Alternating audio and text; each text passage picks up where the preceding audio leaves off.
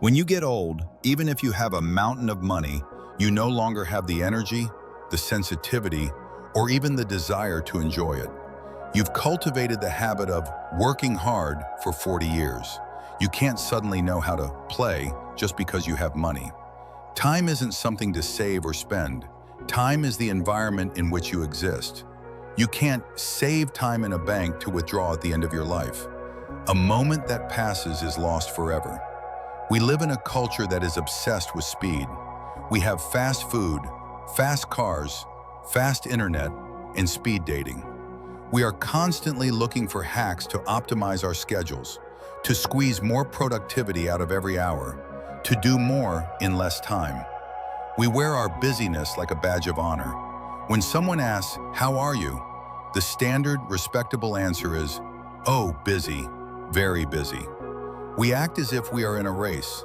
But if life is a race, what is the finish line? The finish line is death. So why are we in such a hurry to get there?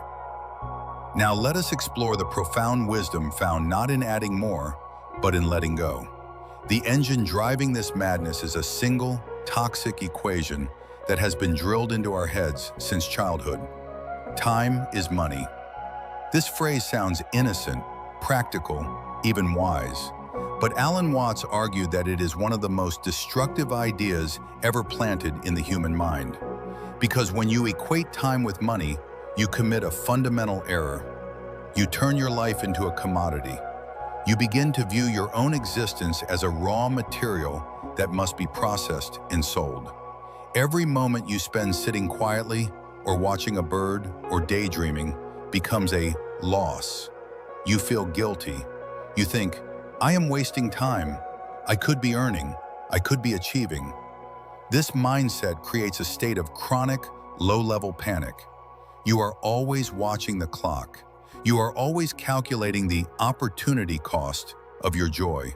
You become a miser, hoarding minutes like Scrooge hoards pennies, terrified that you are spending them foolishly. But here is the paradox. The more you try to save time, the less time you actually have. Think about the technology we have invented to save time. We have washing machines, dishwashers, emails, and airplanes. Theoretically, with all these labor-saving devices, we should have hours and hours of free time every day to play, to relax, to create. Do we? No. We are busier than any generation in history. Why? Because when we save an hour by using a machine, we don't use that hour to rest. We immediately fill it with more work. We use the saved time to cram in more activities, more obligations, more consumption. We have simply increased the velocity of the treadmill. We are like a person who runs faster and faster to get to the horizon, not realizing that the horizon moves with them. The problem lies in our confusion between two types of time: clock time and real time. Clock. Time is a social convention. It is the ticking of the second hand. It is useful for catching trains and scheduling meetings. But it is abstract. It is a measurement. Real time is the biological experience of being alive. It is the feeling of the sun on your skin, the rhythm of your breath, the flow of conversation. When we say time is money, we are worshiping clock time. We are obsessing over the measurement and ignoring the experience. We are speeding up the clock time, doing more things per minute. But in doing so, we are destroying the quality of real time. We rush through breakfast to get to work. We rush through work to get home. We rush through dinner to get to sleep. We rush through the week to get to the weekend. We are constantly skipping over the present moment to get to the next thing, believing that by moving faster, we are gaining something. But you cannot gain time. You cannot put time in a bank account. You cannot save Tuesday and use it on Sunday. Time is not an object. Time is the medium of your life. When you rush through it, you are not saving it. You are throwing it away. You are burning the furniture to heat the house. So the first step in our philosophical first aid is to stop looking at your watch and start looking at your life. We must recognize that the panic you feel, the sense that there is never enough time, is an illusion created by a false definition of value. You are not running out of time, you are running out of presence. We are suffering from a collective hallucination where we believe that the symbol, money, efficiency, is more real than the reality, experience, joy. And to understand this fully, we need to look at the strange behavior of the carpenter of inches. To understand why we are so time poor, despite being technology rich, we must look at the tool we use to value our time, money. Alan Watts often pointed out a peculiar form of insanity that civilized man suffers from, the confusion of the symbol with the reality. Money is not wealth. This is the hardest thing for the modern mind to grasp. Wealth is the physical reality. It is the bread on your table, the roof over your head, the clothes on your back, and, crucially, the vitality of your body and the capacity to enjoy these things. Money is simply the measure of wealth. It is the inches, the centimeters, the grams. It is a symbol that represents potential wealth. Now imagine a carpenter who arrives at a construction site to build a house. He brings his tape measure. He starts measuring the timber. He measures the beams, the planks, the doors. He writes down the numbers in a notebook. "Ah," he says, "I have accumulated 10,000 inches. I am rich in inches." But he never cuts a single piece of wood. He never hammers a nail. He just keeps measuring and hoarding the measurements. At the end of the day, he has a notebook full of numbers, but he has no house to live in. He has the symbol, but not the reality. We would call this man a lunatic. Yet this is exactly how we live our lives. We sacrifice our actual wealth, our physical health, our mental peace, our time with family, our ability to sleep soundly, in order to accumulate abstract wealth, numbers in a bank account. We see the tragic figure of the successful workaholic. He works 80 hours a week. He destroys his nervous system with stress. He ruins his digestion with hurried meals. He alienates his children because he is never home. Why? To make money. And what is the money for? Ostensibly to buy good things. So he buys a magnificent mansion, but he is never there to enjoy it. He is at the office. He buys the finest food, but he has an ulcer and cannot eat it. He buys a vacation home in the mountains, but he is too anxious about the stock market to look at the view. He has the inches. He has piles and piles of inches, but he has no wood.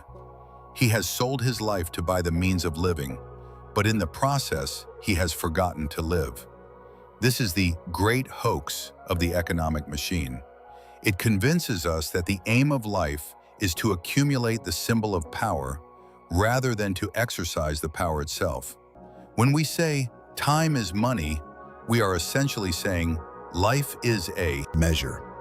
We are reducing the miraculous, unrepeatable event of a human consciousness into a ledger entry. And because money is theoretically infinite, you can always print more dollars, we feel that our work is never done. There is always more to get. But time is finite. You cannot print more hours. When you trade an hour of miserable, stressful labor for $100, you have made a transaction that is irreversible. You have given away a piece of your dying life, a piece of the only reality you will ever have, in exchange for a piece of paper. Now, sometimes this trade is necessary. We must eat. But when the trade becomes the purpose of life, when we continue to trade long after we have enough to eat, we are eating the menu instead of the dinner. We are hoarding tickets to a concert that we are too busy to attend. This brings us to the most dangerous application of this logic, the idea that we can trade all of our present time for a mythical future freedom. We call this the Deferred Life Plan. We have accepted the insanity of eating the menu, but the rabbit hole goes deeper. Because we believe that time is money, we structure our entire existence around a specific economic strategy, the Deferred Life Plan. This is the standard operating procedure of modern civilization. It goes like this: you must suffer now so that you can enjoy later. We tell our children, don't play now, study, do your homework, not because it is interesting, but because it leads to a grade. Then, don't study what you love.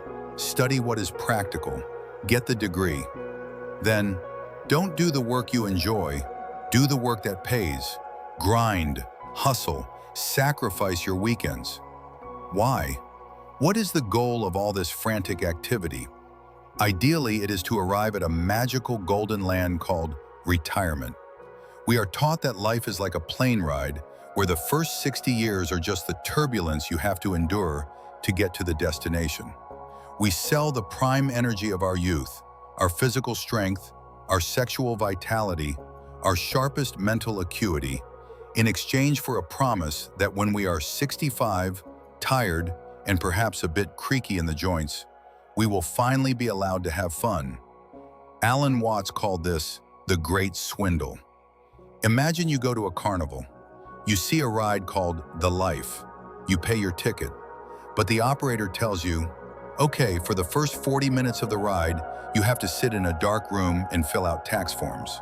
But don't worry, for the last 5 minutes, we let you look at the sunset. Would you buy that ticket? Yet that is the ticket we have all bought. The tragedy of the deferred life is based on a fundamental misunderstanding of human psychology. You become what you practice. If you spend 40 years practicing being anxious, hurried, and miserable in order to save money, you will not suddenly transform into a relaxed, joyous, playful person the day you retire. You will be a rich, anxious, hurried, miserable old person. You cannot put joy in the bank. Joy is a muscle. It is a habit of mind. If you do not exercise it in your 20s, 30s, and 40s, it atrophies. By the time you reach the golden years, you have forgotten how to play. You have forgotten how to loiter. You sit on the porch of your paid-off house, looking at the view you worked so hard to buy, and you feel restless. You feel guilty. You wonder, what should I be doing? Because you have spent a lifetime defining yourself by your productivity. This brings us to the most confronting question Alan Watts ever asked. What if money was no object? He would ask students, how would you really enjoy spending your life? If money were not a factor, what would you do? Someone says, I would be a painter, or I would ride horses, or I would just wander in the woods. And then Watts would say, you do that, and forget the money. Why? Because if you say that getting the money is the most important thing, you will spend your life completely wasting your time. You will be doing things you don't like doing in order to go on living. That is, to go on doing things you don't like doing. It is the perfect circle of stupidity. You are a hamster in a wheel. You run to get the pellets. You eat the pellets to get the energy to run. You run to get the pellets. Where is the life? Where is the art? Where is the dance?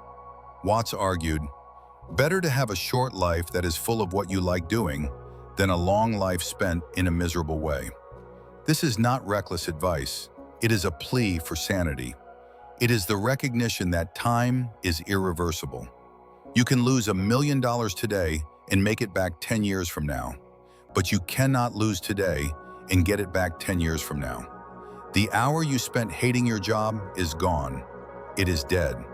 When we realize this, the security we are working for begins to look like a prison. We are building a fortress to protect a life that we are not actually living. We are like people who cover their beautiful furniture in plastic so it won't get ruined, but then sit on the plastic for 30 years. The furniture is safe, yes, but the comfort is lost. The ordeal of this section is to face the terrifying possibility that you have been scammed. It is to look at your calendar and ask, how much of this is for me and how much of this is for a future ghost? The fear that comes up is natural. But I have to eat. I have bills. Yes, but there is a difference between working to eat, survival, and eating to work, slavery. The monk chops wood and carries water. He works, but he does not work with the frantic desperation of someone trying to get somewhere. He is present in the chopping. He is alive in the carrying. The paradox is this. When you stop trying to save time for the future and start trusting the present, you become more efficient, not less. When you do the work you love, you have boundless energy. You don't need to escape on the weekends because you don't hate your weekdays. You stop dividing your life into work, hell, and leisure, heaven. You realize that if you cannot find heaven in the work, you will not find it in the leisure, because you take yourself with you wherever you go. If you are a miser with your time now, you will be a miser forever. If you are waiting for permission to live, you will wait until the funeral. The permission must be granted by you, and it must be granted now. We arrive now at the resolution of the paradox. We have exposed the time is money equation as a fraud. We have seen the absurdity of the carpenter who collects inches but builds no house. We have realized that the deferred life plan is a gamble with the only asset we truly possess. So, what is the alternative? If we stop hoarding time like misers, how do we live? The answer lies in a complete reversal of our attitude. We must move from an economic view of life to an artistic view of life. We must master the lost art of loitering. Now, loitering is a dirty word in our society. If you see a sign that says, "No loitering," it means move along, be productive, go somewhere. To loiter is to be a nuisance. To loiter is to be inefficient. But Alan Watts suggested that the highest form of living is, in fact, to loiter. To loiter means to be somewhere for the sake of being there, not for the sake of getting somewhere else. It means to disconnect the engine of purpose and engage the gear of presence. Think about how we travel. In the modern world, travel is a nuisance. It is the distance between home and office, or New York and London. We want to eliminate the distance. We want faster cars, faster planes.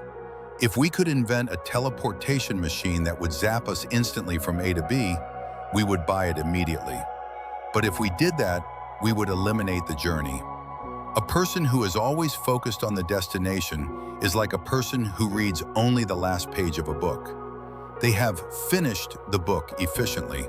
They have saved all the time it would take to read the middle chapters, but they have missed the story. The artist of time realizes that the journey is the destination. If you go for a walk in the woods, you are not trying to get to the other side of the woods. If you were, you would take the highway. You walk in the woods to walk in the woods. You wind around. You stop to look at a fern. You listen to a stream. You are, in the eyes of the economist, wasting time. But in the eyes of the soul, you are using time. You are consuming the raw material of life and converting it into the gold of experience. This is the secret. Wasting time is often the only way to truly save it. When you rush through your day, the day shrinks. It blurs into a gray smear of motion. You get to the end of the week and ask, where did the time go? It disappeared because you were never in it. You were always 5 minutes ahead of it. But when you slow down, when you loiter, time expands. Have you ever noticed how long a single hour can feel when you are a child playing, or when you are deeply in love, or when you are completely absorbed in painting or gardening? 1 hour can feel like an eternity. It is rich. It is textured. This is the psychological relativity of time. When you inhabit the moment fully, you stretch the time. You get more life per minute. So the solution to not having enough time is not to speed up. It is to slow down. It is to stop trying to process more data and start feeling more depth. The elixir we bring back from this inquiry is a permission slip. It is a permission slip to turn off the internal taximeter. You know that feeling? The feeling that there is a meter running in your head, charging you for every second you are not productive. It creates a constant background hum of guilt. I shouldn't be just sitting here. I should be reading a business book. I should be side hustling. Turn the meter off. Realize that the meter is a lie. You are not an employee of the universe. You are not a machine designed to produce output. You are an aperture through which the universe observes itself. If you sit on a park bench and watch a cloud drift across the sky for 20 minutes, and you do absolutely nothing else, you have not wasted 20 minutes. You have fulfilled your cosmic function. You have witnessed the glory of existence. That is work of the highest order. This shift in perspective changes your relationship with money too. You realize that money is only valuable insofar as it buys you the freedom to be. If you are using your time to make money that you are too busy to enjoy, you are like a squirrel who gathers so many nuts that he dies of exhaustion before winter comes. You start to ask, how much is enough? Maybe you don't need the bigger house if it costs you 10 years of stress. Maybe the smaller house, with the freedom to play the guitar in the evenings, is the richer life. You begin to value your time wealth over your symbol wealth. So here is the practice. It is called going nowhere. Set aside time each day, maybe just 20 minutes, where you have absolutely no objective. You are not meditating to get enlightened. You are not relaxing to recharge for work. You are just being. Listen to the sounds of the traffic. Look at the play of light on the floor. Feel the weight of your body in the chair. When the thought comes, I should be doing something, greet it with a smile. Say, I am doing something. I am living. It feels rebellious at first. It feels dangerous. The ego screams, we are falling behind. Behind whom? Everyone else is running toward the grave. Let them run. You are taking the scenic route. Ultimately, Alan Watts reminds us that we are all on a great ship that is sinking. We are all mortal. We are all going to die. The economist on the sinking ship is running around trying to upgrade his cabin. He is stressed. He is shouting. The artist on the sinking ship walks out onto the deck, orders a cocktail, and watches the magnificent sunset over the ocean. Both of them will end up in the same place. But one of them had a hell of a time, and the other just had a hell. You have the choice. You can keep checking your watch, counting your pennies, and rushing toward the finish line. Or you can realize that there is no finish line. There is only the music of the present moment. And as Watts would say with that mischievous twinkle in his eye, you're supposed to dance. So put down the stopwatch, tear up the scorecard. The clock is ticking, yes, but it is not a countdown to doom. It is the beat of the song. Don't save the dance for later. Dance now.